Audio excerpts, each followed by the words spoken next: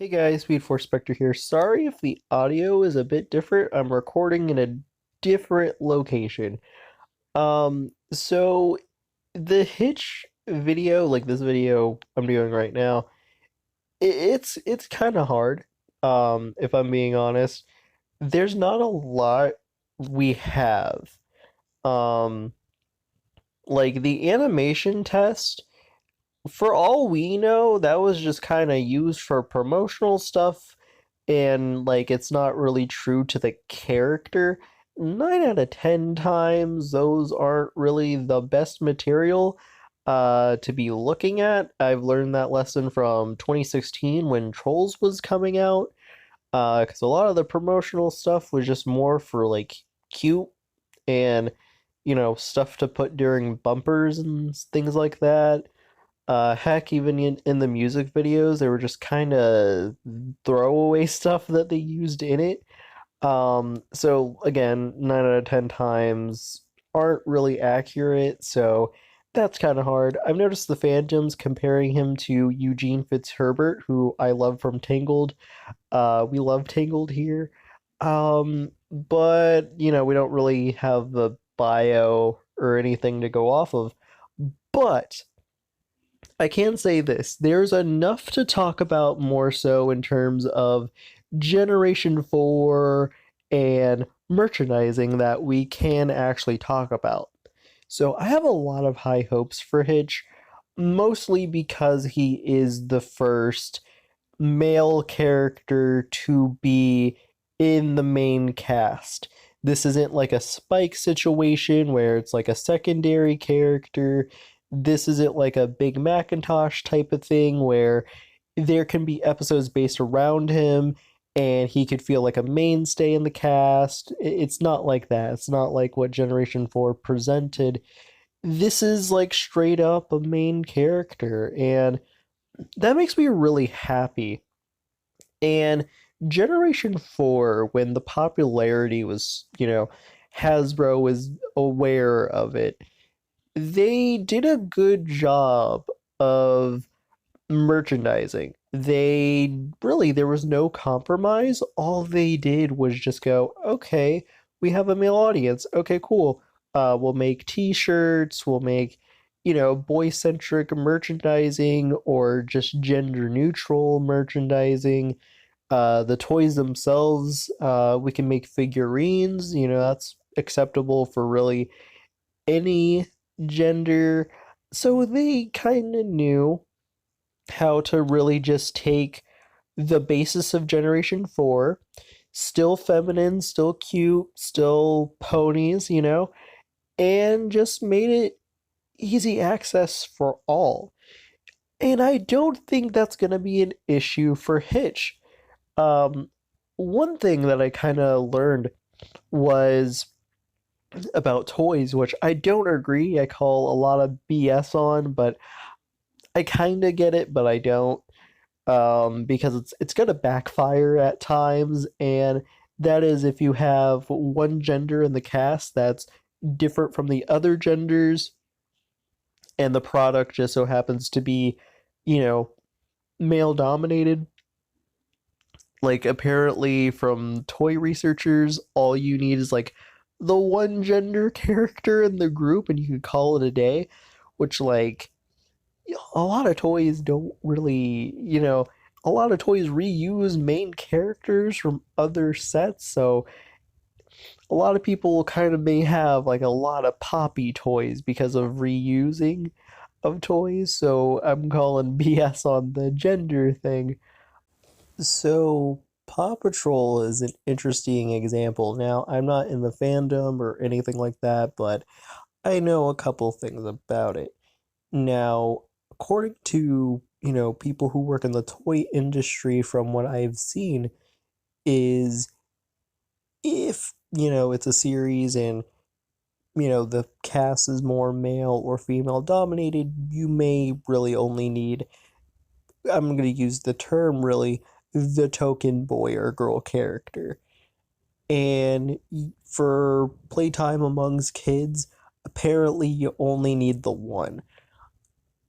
I don't agree to this at all whatsoever.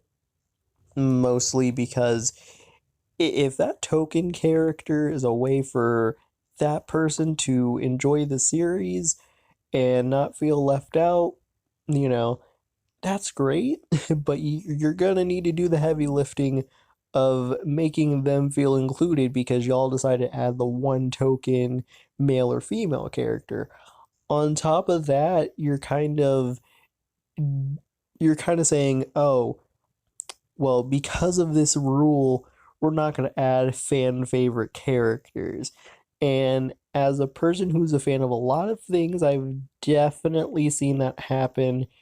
Even with series that ended, they did not care about the fan favorites. Um, so in the long run, characters get screwed over, fans get screwed over. It's not a win-win scenario for the consumer at all whatsoever. And Paw Patrol kind of placed this rule. I think it was like Nick Jr. Because I know Nick Jr. said the statement, but I don't know if like Spin Master agreed. I don't know if it was like agreed thing, but Nick Jr. said Sky isn't marketable, so do the bare minimum.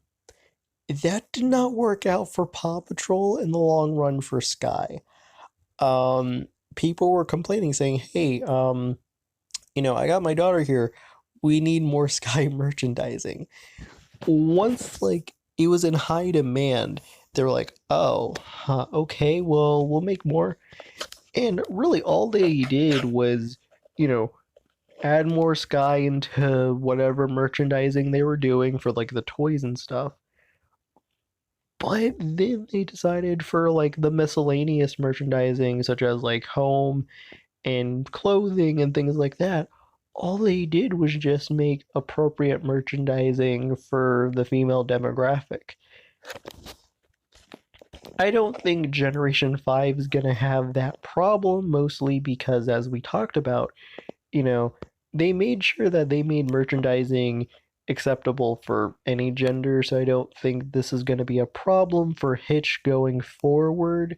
But this is definitely an interesting example that, you know, Generation 5 can easily do. Just make merchandising catered towards Hitch and catered towards a male audience.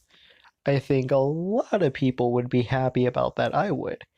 And I will say this: Hasbro does own the rights to DreamWorks Trolls. Now, they don't have the rights to like outside, such as like clothing and things like that. They really mostly only handle the toys, but Trolls' merchandising is very interesting, and they need to definitely work on it a little bit more. But that first year of Trolls merchandising was very interesting. You have Poppy and Branch, who are the two main characters. Poppy is predominantly the main protagonist, but Branch is secondary.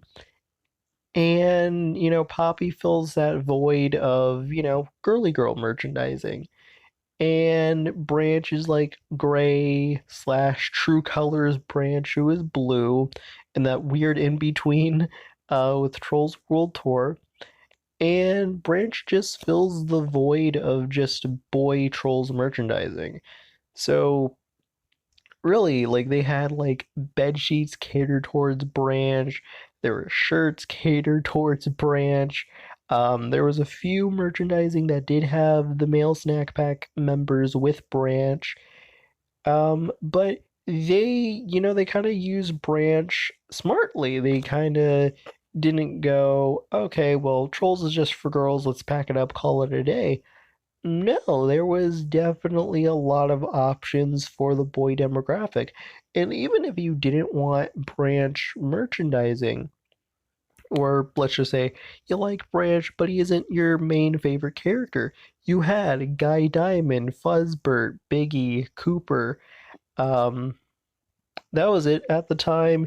Much later on, they did do King Gristle merch, but it wasn't a lot. But the options were there, you know. And I really think that to some extent, Trolls was kind of like Hasbro's kind of looking point and going, huh, we can do that too. Who knows if Hitch is going to be a love interest character? For me personally, I'm not really interested. But I kind of hope he's just one of the besties, if I'm gonna be honest. But if they do that too, I guess I won't mind. I don't know. Depends on execution, but you know, I like what I'm seeing, you know, and like in the press release Hasbro did, they did show off Hitch merchandising, so it's clear that they're doing it. So yeah, it's not a lot I can say after that, but yeah, that's my perspective on that. Anyways, I'm Speed Force Spectre, and I'm signing out.